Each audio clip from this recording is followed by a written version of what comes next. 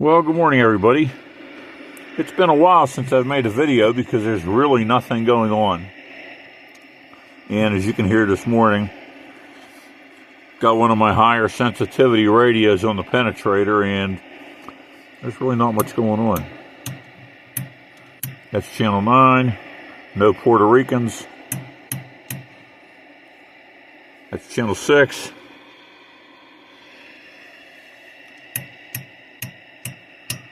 Channel 1.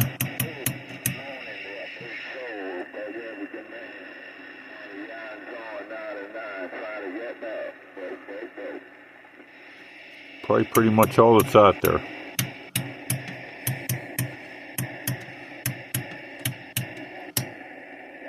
Yep, not much going on.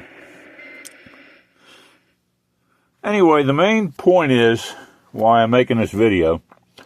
I watched a video from Rooster CB the other day about jumpers, and that got me thinking.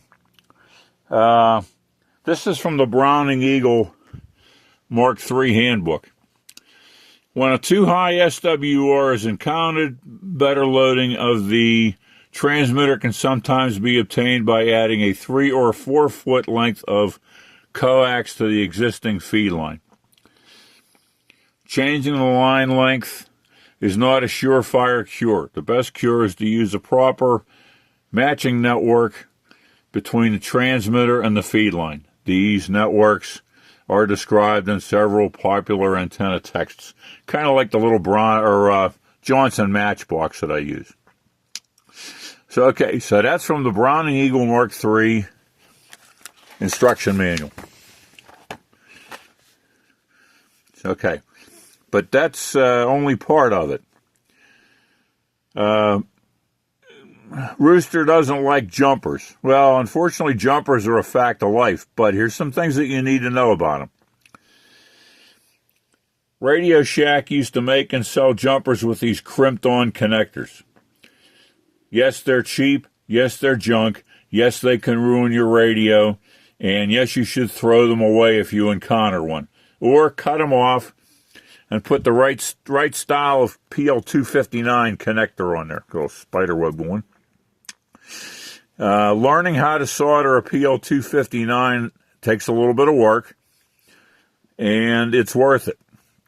Now, whenever you make up one of these connectors, if you have access to an electrician's megger, that will really go a long way towards making sure that you've done it the right way, especially if you're running higher power. At CB levels, a barefoot 4-watt CB makes about 14 volts into a 50 ohm load. A 100-watt transmitter makes 77 volts. But RF likes to jump. That's what it does. It travels. So if you have a cat whisker of shield braid that comes anywhere close to the center conductor, the RF will jump at it. Now, if you have access to an electrician's megger, you can set it for 400 volts, whatever the maximum dielectric capacity of the cable is, and you can read that. And this is good for normal amateur radio power levels. Now, if you're one of these elite stations that are running big stuff, you already know that you're in a different league, and you're not going to be running RG8, RG213, or even RG58. You definitely don't want to use RG58 for over 100 watts.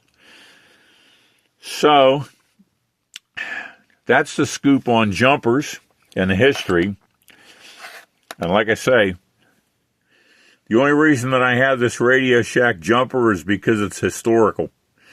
I don't use it for anything. If I need to use a jumper for anything, I use this.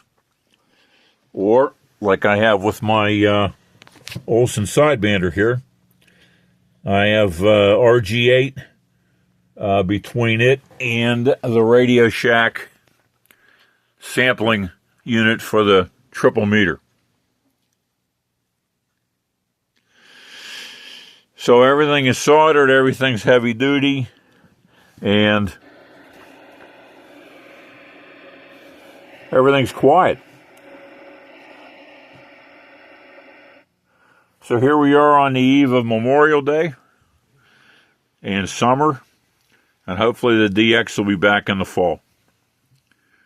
All right, I think that's enough.